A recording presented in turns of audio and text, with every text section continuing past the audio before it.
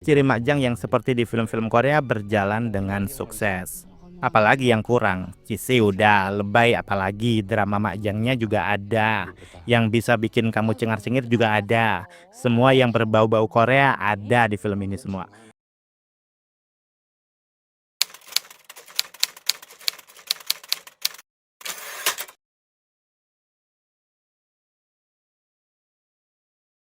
밥은 제때 먹고 다니니?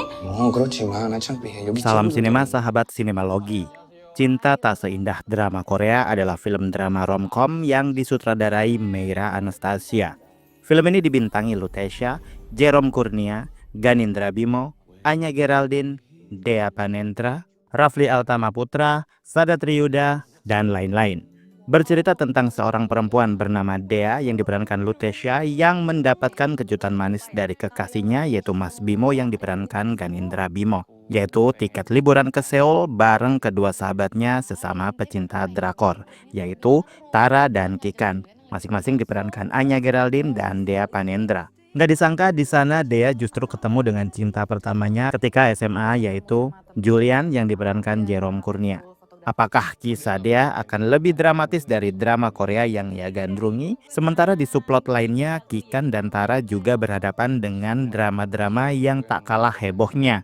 Apakah mereka bertiga masih tetap bersama setelah mengalami kisah-kisah cinta seperti yang di film-film drama Korea?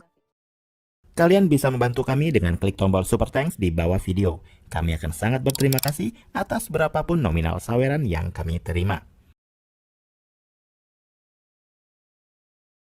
Kemunculan Meira Anastasia sebagai sutradara debutan mengingatkan saya pada debut kemunculan Gina Esnur untuk pertama kalinya sebagai sutradara.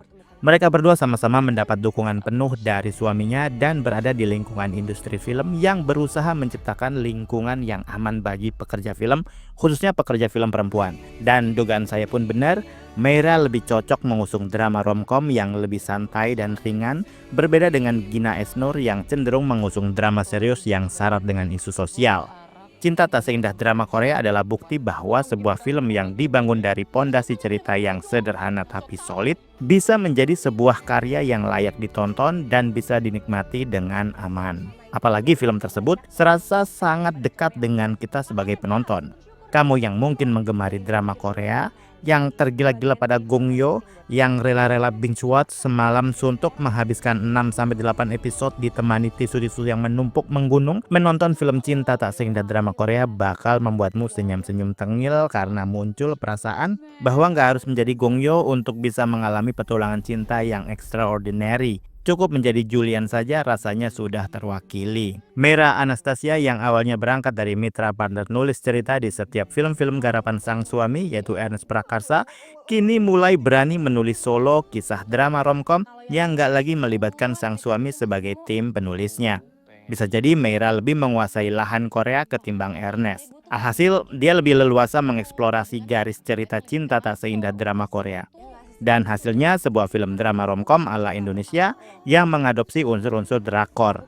Mulai dari penggunaan flashback, kemudian ada multiplot yang jeng-jeng-jeng, adegan-adegan romantis yang menggelikan tapi bikin cie-cie, dan tentu aja muatan kultur Korea yang memang sangat mewakili dari judul film ini sendiri. Saya sendiri belum tahu pasti ya segila apa Meira Anastasia sama drama Korea. Namun dengan melihat elemen-elemen yang tersajikan di Cinta Tak Seindah Drama Korea ini kayaknya sih melebihi dari kadar 50% ya. Film pertamanya ini adalah paling fun di antara semua film produksi Imaginary. Versi saya ya, merasa senang aja sih bisa menonton filmnya. Dan ini semenyenangkan itu, kita dari awal sudah dihadapkan pada satu karakter yang memiliki sahabat kental yang terkoneksi lewat sama-sama penyuka drakor. Unsur persahabatan di film ini sangat-sangat kental. Bisa jadi karena saking sukanya sama film drama Korea, Meira seakan banyak sekali menyempilkan adegan-adegan kecil yang terlihat menjadi homage untuk beberapa adegan. Pokoknya kalau ada adegan yang cheesy, norak-norak alay garing tapi bikin geli, jijai tapi tetap dinikmati karena butuh. Kemudian ada unsur genre makjang yang kebawa juga di beberapa adegan. Nggak complicated banget sih, tapi berasa banget multi layernya dan perintilan-perintilan adegan lainnya. Beberapa subplot yang sengaja dibangun di pertengahan awal film mewarnai kisah karakter utamanya yaitu Dea. Kita sebagai penonton tentunya menjadi nggak terlalu lelah ya menyaksikan kegamangan dan rasa dilema super yang mendera Dea di sepanjang film. Karena ada kisah Tara dan juga si Kikan yang sama-sama memiliki konflik nggak ringan. Tentu saja karena hampir semua karakter di film ini memiliki bekal backstory yang bisa jadi pegangan buat penonton agar semua karakter di film ini punya potensi untuk mendapatkan empati, simpati yang sepertinya itu efektif. Siapa sih yang nggak suka sama karakter Dea, Kikan, dan Tara? Nggak ada alasan untuk nggak suka sih sama mereka. Belum lagi karakter Julian, Mas Bimo, Sakti, dan juga Eka, semuanya potensial. Apalagi kisah relasi antara Kikan dan Eka yang unyu dan menggemaskan. Kalau Meira peka sih minimal dibikinin versi seriesnya sih buat mereka.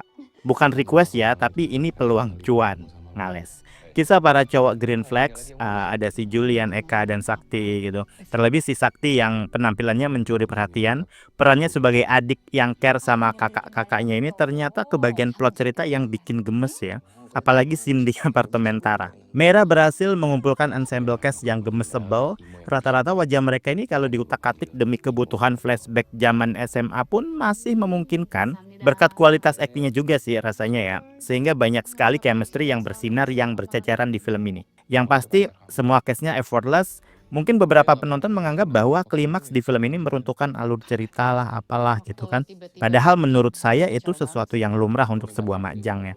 Apalagi Meira mengemasnya dengan gemes. Meira sudah menyiapkan segala amunisi di film ini. Memang sih nggak sepenuhnya film ini diambil di Korea, tapi mood film ini masih terasa sangat Korea, meskipun para karakter udah pulang kampung.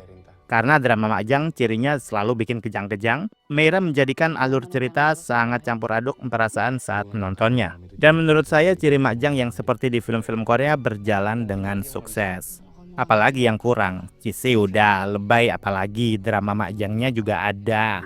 Yang bisa bikin kamu cengar-cengir juga ada. Semua yang berbau-bau Korea ada di film ini semua. Soal sinematografi, film ini memiliki nilai lebih. Hampir segala gambar teknisnya menggunakan treatment ala-ala film Korea. Sehingga nggak salah kalau kamu saat menonton film ini ya berasa kayak nonton film Korea. Musik dalam film ini juga memainkan peran penting dalam membangun atmosfernya. Soundtrack dan scoring dari film ini sangat sesuai dengan tone yang ingin disampaikan dalam film, sukses memberikan kedalaman emosi di setiap adegan. Dan pada akhirnya, Cinta Tak Seindah Drama Korea adalah sebuah film yang gak cuma menghibur tapi juga sanggup menggugah siapapun penontonnya untuk senyum-senyum, termenung bahkan mungkin nangis sambil ikut merasakan perjalanan emosional yang dialami oleh Dea dan para sahabatnya. Paduan penampilan yang solid dari para pemain dan sinematografi yang memukau, film ini berhasil menyajikan kisah yang gak cuma romantis, tapi juga menyentil sisi-sisi kehidupan yang lebih mendalam dengan cara drakor. Demikianlah video reaksi dari film Cinta Tak Seindah Drama Korea yang sudah tayang di bioskop. Silakan like, komen, dan subscribe kanal ini. Cek juga akun-akun media sosial Sinemalogi. Dan jangan lupa bersinema dahulu, berbahagia kemudian.